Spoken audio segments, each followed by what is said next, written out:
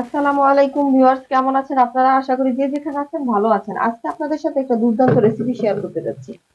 বলতে হবে এটা কি মাছ। এই মাছের রেসিপিটা যদি আমার মতো রান্না করেন তাহলে অনেক মজা লাগবে খেতে রেসিপিটা। বলতে হবে এটা কি মাছ দেখেন। এই যে আজকে এই মাছটাই আপনাদেরকে রান্না করে দেখাবো। এখন এই মাছটা আমি কড়াইতে নিয়ে একটু পুতা দিয়ে আমি ছেঁচে দিব। মাছটা যেহেতু এই দেখেন এইভাবে একটু ছেঁচে দিবেন। প্রথমে মাছটা বেশি দিবেন না, অল্প দিবেন। আমি অল্প অল্প করে ছেঁচে নিব।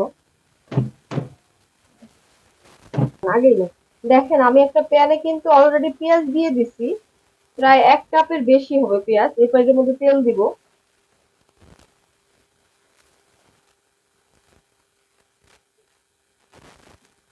এবার পেঁয়াজটা একটু ভাজবো। আর এটার মধ্যে আমি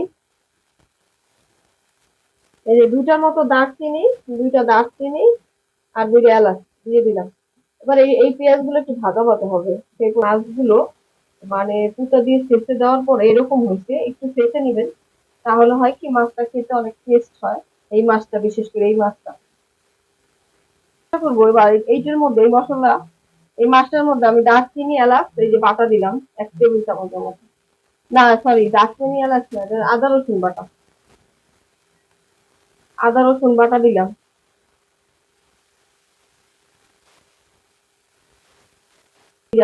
জিরার গুঁড়া দিলাম 1 টেবিল চামচের মতো জিরার গুঁড়া।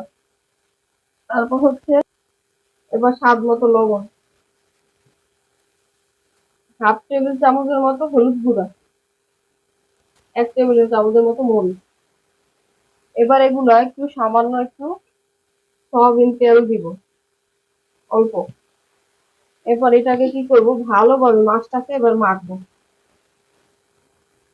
এভাবে যদি এই মাছটা রান্না করেন খেতে অনেক মজা, টেস্ট, এমনকি বাড়িতে প্রশংসাও পাবেন অনেক, যদি আমার মতো এই রেসিপিটা যদি এভাবে মাছটা ফলো করেন। আর রেসিপি যদি ভালো লাগে বেশি বেশি শেয়ার দিবেন, লাইক শেয়ার দিয়ে আমার রেসিপির পাশে থাকবেন। দেখেন এবার, এই দেখেন এবার মাছটা ভালোভাবে মাখলাম। পেঁয়াজটা আমি ভাজা দিচ্ছি একটু প্যানের মধ্যে। এই পেঁয়াজটা একটু ভাজবো, হালকা ভাজা করবো, একটু ভাজা। দেখুন এই অবস্থায় আমার পেঁয়াজটা মোটামুটি ভাজা হয়েছে। এই অবস্থায় এসে আমি যেটা করব, মাছ যে আমি মশলা মাখাই রাখছি ওটা এবার দিয়ে দিব। এই যে মাছটা দেখতেই পাচ্ছেন, এই মাছটা এবার এটার মধ্যে দিয়ে দিব।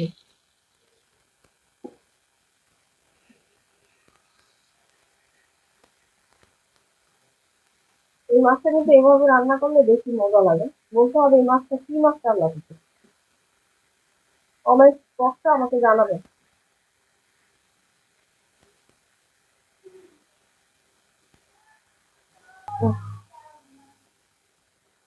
এবার মাছটা যতক্ষণ না হয় ততক্ষণ আমার রেসিপির পাশে থাকবে।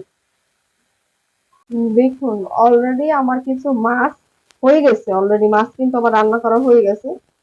এরকম যদি বাড়িতে রেসিপি তৈরি করেন, আর গরম ভাতের সাথে তো মজাই অনেক খেতে।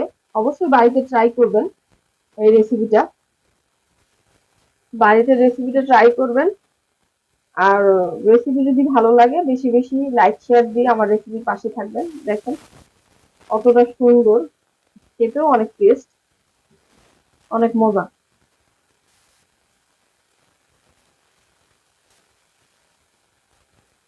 আজকের মতো রেসিপি এখানে শেষ করছি। আপনারা সুস্থ থাকবেন, ভালো থাকবেন। আসসালামু আলাইকুম।